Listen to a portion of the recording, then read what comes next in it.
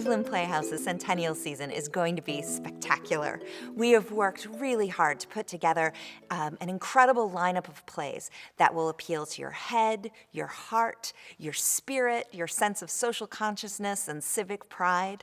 There's going to be something for everyone in the Centennial season. We have laugh-out-loud comedies. We have intense American classic drama. We have an irreverent musical for the whole family. And we have the very, very best of contemporary theater. As we were planning our Centennial season, it was really important that we're celebrating not only Cleveland Playhouse, but we're celebrating Cleveland. So we have Cleveland connections running through all of our shows. We've made it to our 100th birthday because of our community, because of their support through thick and thin. They have been with us, and they're what makes our work possible. KeyBanc is Cleveland Playhouse's Centennial season sponsor, and we are so deeply grateful for their support. We are also grateful to Dominion, who will be the Centennial season's community outreach sponsor. The first show of our Centennial season is Ken Ludwig's A Comedy of Tenors. Our audiences will be most familiar with Ken's play, The Game's Afoot. This show was so much fun, and it broke all of our single ticket sales records. And we are so fortunate that his play, A Comedy of Tenors, is ready, and it will be premiering and opening our Centennial season. The play takes place in 1930s Paris.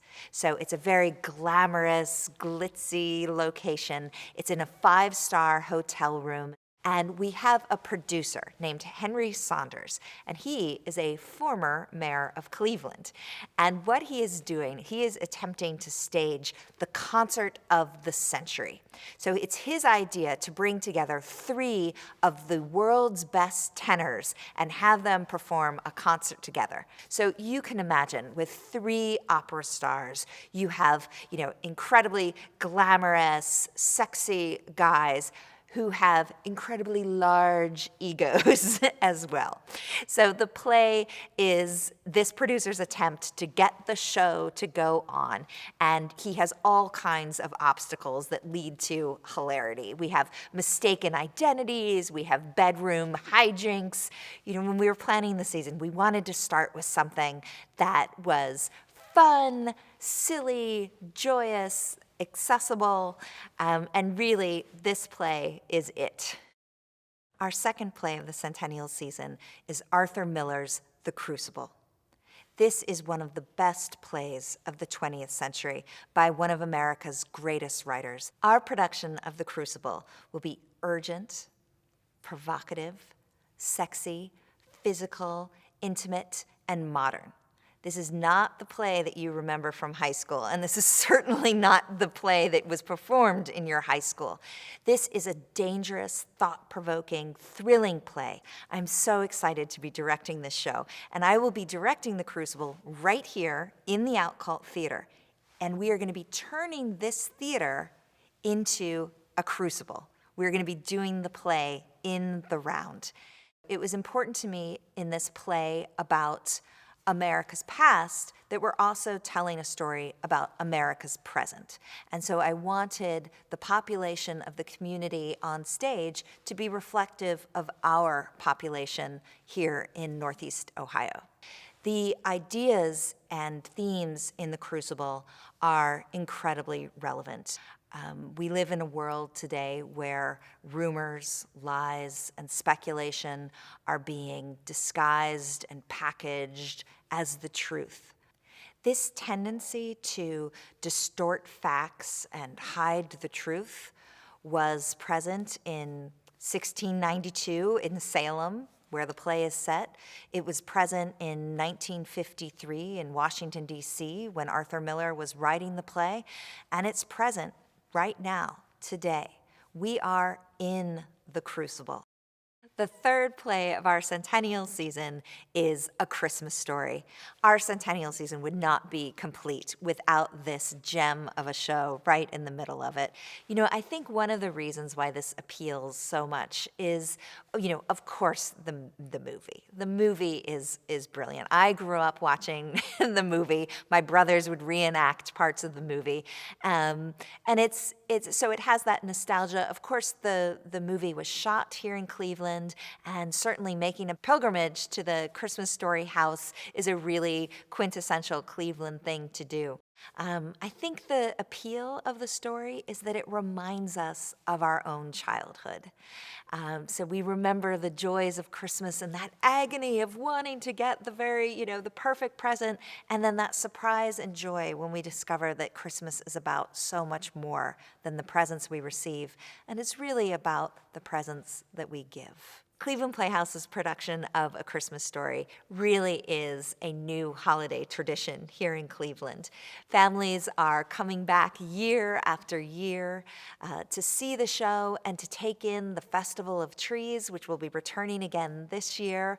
That's an opportunity for families to come see over the 25, 30, we're hoping to have even more this year, trees that are each uniquely decorated.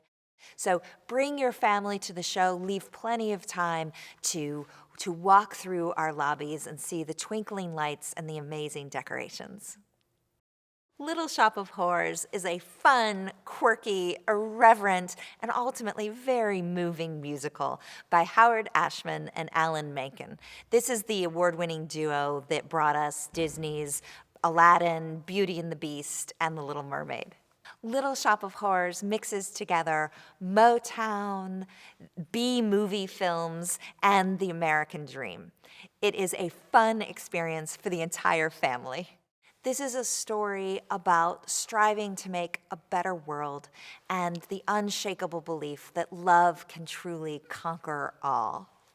This play is directed by Amanda Daynard, and our audiences will probably remember her productions of The Man of La Mancha and My Fair Lady. So we were thrilled to bring her back to Cleveland Playhouse to do what she does best, which really is to take classic musicals and reinvent them to make them feel fresh and fun and like you're seeing it for the very first time. For the first 10, 20 years of Cleveland Playhouse, we were innovators in puppetry. So that meant marionettes, that meant shadow puppets, and also some experimentation with larger puppets. We thought Little Shop of Horrors was the best way to honor our puppetry past and celebrate the innovative puppetry and work that Cleveland Playhouse is doing today. The Mountaintop by Katori Hall is an imaginative, inventive, provocative, and inspiring play. I think when people, say 20 years from now, look back and say, what was one of the most important plays of the 21st century, the beginning of the 21st century, I think that they will say The Mountaintop. The play takes place on April 3rd, 1968, in the Lorraine Hotel Room in Memphis, Tennessee. It is the last night of Dr. Martin Luther King Jr.'s life. The playwright is imagining a fictitious account of what might have happened in that hotel room. She's doing that to give us an inside glimpse into the man behind the myth. He's in his hotel room, and a mysterious stranger enters. And what unfolds is provocative, surprising, and ultimately incredibly inspiring. The Mountaintop is a play for two actors. So it's what we call a two-hander. So it's an opportunity for two great actors to live and breathe together on stage for an uninterrupted 85 minutes. So at times, it's a seduction between the two. At times, it's a cat and mouse game. And at other times, it's an out-and-out boxing match. But I can guarantee you that there are surprising twists and turns that you will not see coming. Luna Gale by Rebecca Gilman is a suspenseful, riveting, thought-provoking, and very topical play. This play is directed by film and stage legend Austin Pendleton. We are so proud to bring Austin Pendleton home to direct this play. The play is about Luna Gale. Luna is a little baby girl. She is just about 3 months old. We start the play in a hospital. While Luna is being treated off stage, we meet her parents, Carly and Peter, who are teenagers and who are addicted to drugs. The play really is about a custody battle. Who should get custody of little baby Luna? And that's where our lead character, Caroline, who's a seasoned social worker, she comes in and has to make the decision about what is the best placement for Luna Gale. Rebecca Gilman uses a lot of humor in this play. She's very strategic and very smart. She has characters that just make you laugh. And because they make you laugh, you really like them. You're really drawn into them. And then they'll do something that makes you gasp.